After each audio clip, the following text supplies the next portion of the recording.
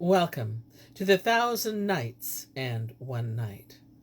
Now, when it was the 503rd night, she said, "It hath reached me, O auspicious king, that when Janshah asked the ape by signs to whom the palace belonged, they answered him by signals.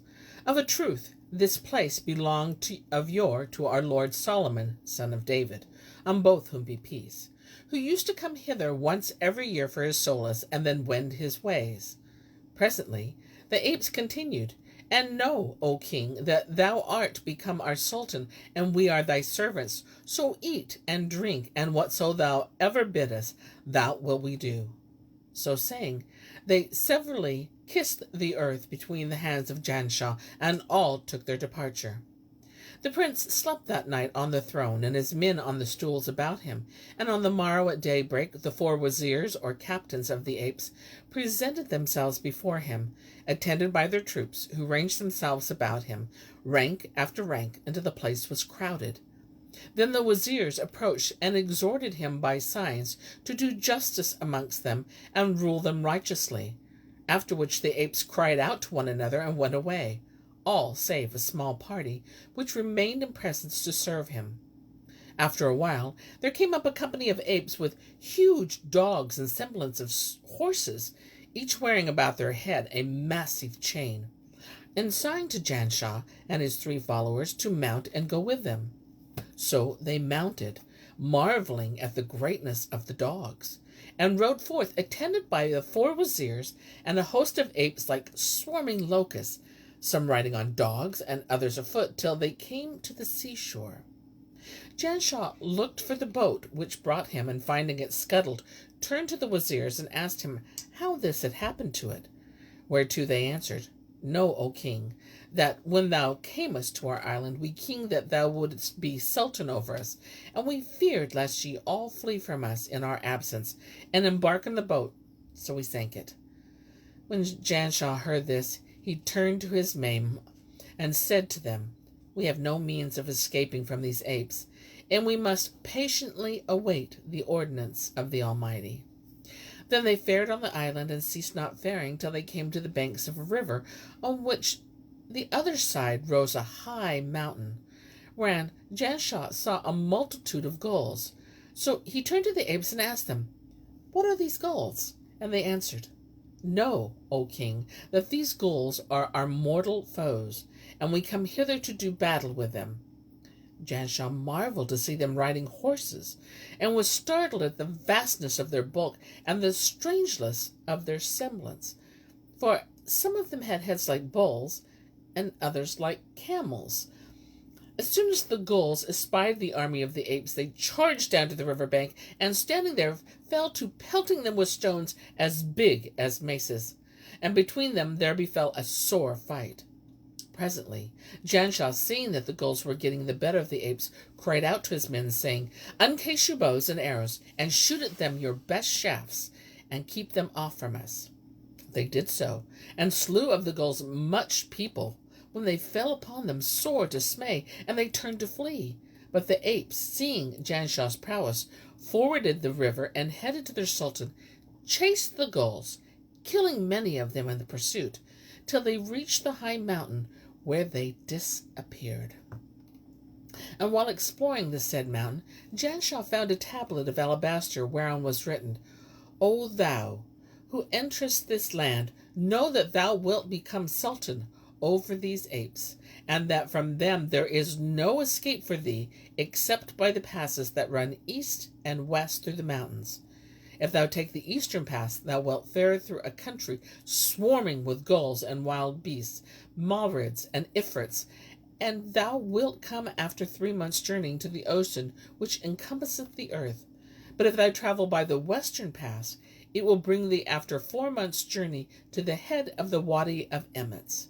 When thou hast followed the road that leads through this mountain 10 days. And Shahrazad perceived the dawn of the day, and ceased to say her permitted say.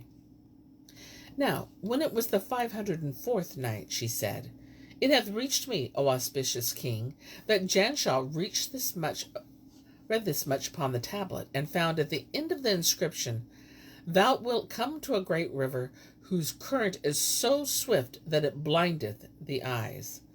Now the river drieth up every Sabbath, and on the opposite bank lies a city wholly inhabited by Jews who the faith of Mohammed refuse.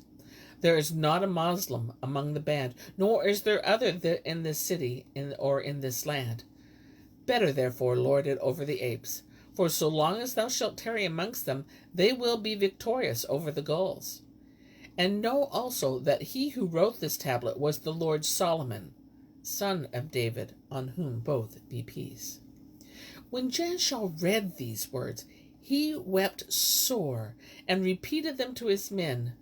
Then they mounted again, and surrounded by the army of the apes, who were rejoicing in their victory, returned to the castle. Here Janshah abode, sultaning over them for 1.5 years.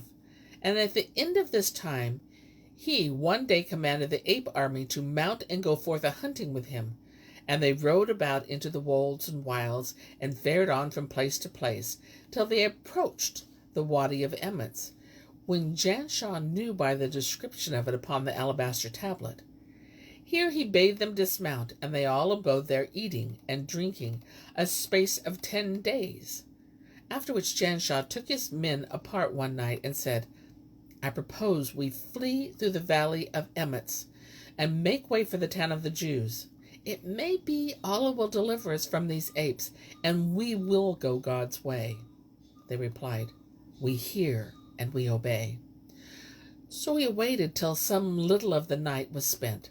Then donning his armor and girding his sword and dagger and such like weapons, and his men doing likewise, they set out and fared on westwards till morning. When the apes awoke and missed Janshah and his men, they knew that they had fled. So they mounted and pursued them, some taking the eastern pass, and the others that which led by the Wadi of Emmets. Nor was it long before the apes came in sight of the fugitives, as they were about to enter the valley, and hastened after them.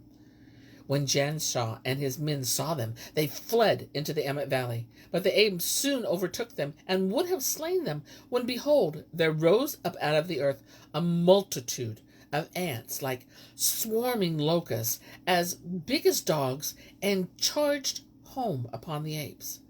They devoured many of their foes, and there also slew many of the ants. But help came to the Emmets. Now an ant would go up to an ape and smite him, and cut him in twain, whilst 10 apes could hardly master one ant, and bear him away and tear him in sunder. The sore battle lasted till the evening, but the Emmets were victorious. In the gloaming, Janshah and his men took to flight, and fled along the sole of the wadi. And Shahrazad perceived the dawn of the day, and ceased saying her permitted say. Now, when it was the 505th night, she said, It hath reached to me, O auspicious king, that in the gloaming Janshah and his men took to flight, and fled along the sole of the wadi till the morning. When the break of day, the apes were up and at them, which when the prince saw, he shouted to his men, Smite with your swords. So they bared their blades, and laid on load right and left, till they ran at them, an ape and tusk like an elephant, and smote one of the Mamelukes, and cut him in sunder. Then the apes redoubled upon Janshah, and he fled with his followers into the lower levels of the valley, where he saw a vast river, and by its side a mighty many of ants. When the Emmets espied Janshah, they pushed on and surrounded him, and one of the slaves fell to smiting him with a sword, and cutting them in twain, whereupon the whole host set upon them and slew him. At this pass, behold, up came the apes from the other over the mountain, and they fell in numbers upon Janshah. But he tore off his clothes, and plunging into the river with his remaining servants, struck out for the middle of the stream. Presently he caught sight of a tree on the other bank, so he swam up to it, and laying hold of one of the branches, hung to it, and swung himself ashore. But as for the last Mameluke, the current carried him away, and dashed him to pieces amongst the mountain. Thereupon Janshah fell to wringing his clothes, and spreading them in the sun to dry. What while there befell a fierce fight between the apes and the ants, while the apes gave up the pursuit and returned to their own land. Meanwhile, Janshah, who abode alone on the river bank, could do naught but shed tears till nightfall, when he took refuge in a cavern. And there passed the dark hours in great fear, and feeling desolate for the loss of his slaves. At daybreak, awaking from his sleep, he set out again, and fared on nights and days, eating of the herbs of the earth, till he came to the mountain which burnt like fire, and thence he made the river which dried up every Sabbath. Now it was a mighty stream, and on the opposite bank stood a great city, which was the capital of the Jews, mentioned in the tablet. Here he abode till the next Sabbath.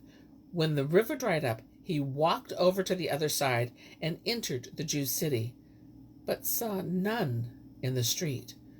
So he wandered about till he came to the door of a homestead, which he opened, and entering espied within the people of the house sitting in silence, and speaking not a syllable. Quoth he, I am a stranger, and am hungered. And they signed to him as to say, Eat and drink, but speak not. So he ate and drank and slept that night, and when morning dawned, the master of the house greeted him, and bade him welcome, and asked him, Whence comest thou, and whither art thou bound? At these words Janshah wept sore, and told him all that had befallen him, and how his father was King Kabul. Whereat the Jews marveled, and said, Never heard we of that city, but we have heard from the merchants of the caravans that in the direction lieth a land named Al Yemen. How far is that land from this place? Asked Janshah. And the Jew answered, The Kaflah merchants pretend that it is a 2-year and 3-month march from their land hither. Quoth Janshah, And when doth the caravan come? Quoth the Jew, Next year will come. And Shahrazad perceived the dawn of the day, and ceased saying her permitted say. Now, when it was the 506th night, she said, It hath reached me, O auspicious king, that when the Jew was questioned anent the coming of the caravan, he replied, Next year 'twill come. At these words the prince wept sore, and fell a-sorrowing for himself and his Mamelukes, and lamenting his separation from his mother and father, and all who had befallen him in his wanderings. Then said the Jew, O young man, do not weep, but sojourn with us till the caravan shall come, when we will send thee with it to thine own country. So he tarried with the Jew 2 whole months, and every day he went out walking in the streets for his solace and diversion. Now it chanced one day, whilst he paced about the main thoroughfares as of wont, and was bending his steps right and left, he heard a crier crying aloud, saying, Who will earn 1,000 gold pieces and a slave girl of surpassing beauty and loveliness by working for me between morning and noontime? But no one answered, and Janshah said in his mind, Were not this work dangerous and difficult, he would not offer 1,000 dinars and a fair girl for half a day's labor. Then he accosted the crier and said, I will do the work. So the man carried him to the lofty mansion, where they found one who was a Jew, and a merchant seated on an ebony chair, to whom quoth the crier, standing respectfully before him, O merchant, I have cried every day these 3 months, and none hath answered save this young man. Hearing his speech, the Jew welcomed Janshah, led him into a magnificent sitting room, and signaled to bring food. So the servant spread the table, and set thereon all manner of meats, of which the merchant and Janshah ate, and washed their hands. Then wine was served up, and they drank. After which the Jew rose, and bringing Janshah a purse of 1,000 dinars, and a slave girl of rare beauty, said to him, Take maid and money to thy hire. Janshah took them, and seated the girl by his side, and when the trader resumed, Tomorrow to the work. And so saying, he withdrew, and Janshah slept with the damsel that night. As soon as it was morning, the merchant bade his slaves clothe him in a costly suit of silk, when as he came out of the Hammam bath. So they did as he bade them, and he brought them back to the house, whereupon the merchant called for harp and lute and wine, and they drank and played and made merry till half of the night was past. When the Jew retired to his harem, and Janshah lay with his slave girl till the dawn. Then he went to the bath, and on his return the merchant came to him and said, Now I wish thee to do the work for me. I hear and obey, replied Janshah. So the merchant bade his slave bring 2 she-mules, and set Janshah on one, mounting the other himself. Then they rode forth from the city and fared on from morn till noon, when they made a lofty mountain to whose height was no limit. Here the Jew dismounted, ordering Janshah to do the same, and when he obeyed the merchant, gave him a knife and a cord, saying, I desire thee that thou slaughter this mule. So Janshah tucked up his sleeves and skirts, and going up to the mule, bound her legs with a cord, then threw her and cut her throat, after which he skinned her and lopped off her head and legs, and she became a mere heap of flesh. Then said the Jew, Slit open the mule's belly, and enter it, and I will sew it up on thee. There must thou abide a while, and whatsoever thou seest in her belly, acquaint me therewith. So Janshah slit the mule's belly and crept into it, whereupon the merchant sewed it up on him and withdrew to a distance. And Shahrazad perceived the dawn of the day, and ceased saying her permitted say. Now, when it was the 507th night, she said, It hath reached me, O auspicious king, that the merchant sewed up the mule's belly on Janshah, and withdrew a distance, hid himself in the skirts of the mountain. After a while, a huge bird swept down on the dead mule, and snatching it up, flew up with it to the top of the mountain, where it set it down the quarry, and would have eaten it. But Janshah, feeling the bird begin to feed, slit the mule's belly, and came forth. When the bird saw him, it took fright at him, and flew right away, whereupon he stood up, and looked right and left, and saw nothing but the carcasses of dead men, mummified by the sun, and exclaimed, There is no majesty, and there is no might, save in Allah the Glorious, the Great. Then he looked down the precipice, and espied the merchant standing at the mountain foot, looking for him. As soon as the Jew caught sight of him, he called out to him, Throw me down of the stones which are about thee, that I may direct thee to a way whereby thou mayest ascend. So Janshah threw him down some 200 of the stones, which were all rubies, chrysolites, and other gems of price. After which he called out to him, saying, Show me the way down, and I will throw thee as many more. But the Jew gathered up the stones, and binding them on the back of the mule, went his way without answering a word, and left Janshah alone on the mountain top. When the prince found himself deserted, he began to weep and implore help of heaven, and thus he abode 3 days. After which he rose and fared on over the mountainous ground 2 months' space, feeding upon hill herbs, and he ceased not faring till he came to its skirts, and espied afar off a wadi full of fruitful trees and birds harmoniously singing the praises of Allah, the One, the Victorious. At this sight he rejoiced with great joy, and stayed not his steps, till after an hour or so he came to a ravine in the rocks, through which the rain torrents fell into the valley. He made his way down the cleft till he reached the wadi which he had seen from the mountain top, and walked on therein, gazing right and left, nor ceased so doing until he came in sight of a great castle towering high in the air. As he drew near the gates, he saw an old man of comely aspect and face shining with light, standing thereout with the staff of carnelian in his hand, and going to him saluted him. The sheikh returned his salam and bade him welcome, saying, Sit down, O my son. So he sat down at the door of the castle, and the old man said to him, How camest thou to this land, untrodden by son of Adam before thee, and whither art thou bound? When Janshah heard his words, he wept bitterly at the thought of all the hardships he had suffered, and his tears choked his speech. Quoth the sheikh, O my son, leave weeping, for indeed thou makest my heart ache. So saying, he rose and set somewhat of food before him, and said to him, Eat. He ate, and praised Allah Almighty, after which the old man besought him, saying, O my son, I would have thee tell me thy tale, and acquaint me with thine adventures. So Janshah related to him all that had befallen him, from first to last, whereat the sheikh marvelled with exceeding marvel. Then said the prince, Prithee, inform me who is the lord of this valley, and to whom doth this great castle belong? Answered the old man, No, O my son, This valley and all that is therein, and this castle with all containeth, belong to the Lord Solomon, son of David. On both be peace.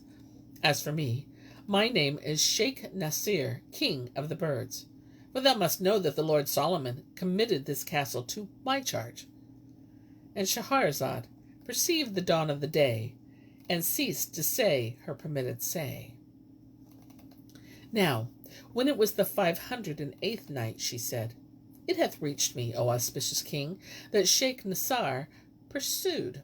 Thou must know that the Lord Solomon committed this castle to my charge, and taught me the language of the birds, and made me ruler over all the fowls which would be in the world. Wherefore each and every come hither once in the 12th month, and I pass them in review. Then they depart, and this is why I dwell here. When Janshah heard this, he wept sore, and said to the sheikh, O my father, how shall I do to get back to my native land? Replied the old man, Know, O my son, that thou art near to the mountain Kaf, and there is no departing for thee from this place till the birds come, when I will give thee in charge to one of them, and he will bear thee to thy native country. Meanwhile, tarry with me here, and eat and drink, and divert thyself with viewing the apartments of this castle. So Janshah abode with Sheikh Nasir, taking his pleasure in the wadi, and eating of its fruit, and laughing and making merry with the old man, and leading a right joyous life till the day appointed for the birds to pay their annual visit to their governor. Thereupon the sheikh said to him, O Janshah, take the keys of the castle, and solace thyself with exploring all of its apartments, and viewing whatever be therein. But as regards such a room, beware, and again beware of opening its door. And if thou gainsay me, and open it, and enter therethrough, never more shalt thou know fair fortune. He repeated this charge again and again with much instance. Then he went forth to meet the birds, which came up kind by kind, and kissed his hands. Such was his case. But as regards Janshah, he went forth about the castle, opening the various doors, and viewing the apartments into which they led, till he came to the room which Sheikh Nasir had warned him not to open or enter. He looked at the door, and its fashion pleased him, for it had on it a padlock of gold. He said to himself, This room must be goodlier than all the others. Would heaven I wist what is within it, that Sheikh Nasir should forbid me to open its door. There is no help but that I enter and see what is in this apartment, for whatso is decreed unto the creature perforce he must fulfill. So he put out his hand and unlocked the door, and entering, found himself before a great basin, and hard by it stood a little pavilion builded all of gold and silver and crystal, with latticed windows of jacinth. The floors were paved with green beryl and basilas, rubies and emeralds and other jewels set in the groundwork, mosaic fashion, and in the midmost of the pavilion was a jetting fountain in a golden basin, full of water, and girt about with figures of beasts and birds, cunningly wrought of gold and silver, and casting water from their mouths. When the zephyr blew on them, it entered their ears, and therewith the figures sang out like bird-like songs, each in its own tongue. Beside the fountain was a great open saloon with a high dais, whereupon stood a vast throne of carnelian, inlaid with pearls and jewels, over which spread a tent of green silk, 50 cubits in width, and embroidered with gems fit for seal rings, and purfled with precious metals. Within this tent was a closet containing the carpet of the Lord Solomon, on whom be peace. And the pavilion was encompassed about with a vast garden full of fruit trees and streams, while near the palace were beds of roses and basil and eglantine and all manner of sweet-smelling herbs and flowers. And the trees bore on the same boughs fruits fresh and dry, and the branches swayed gracefully to the wooing of the wind. All this was in that one apartment, and Janshah wondered thereat till he was weary of wonderment, and he set out to solace himself in the palace and the gardens, and to divert himself with the quaint and curious things they contained. And first, looking at the basin, he saw that the gravels of the bed were gems, and jewels, and noble metals, and many other strange things were in the apartment. And Scheherazade perceived the dawn of the day, and ceased to say her permitted say. And so do I cease my telling of these tales for today, till it be morrow.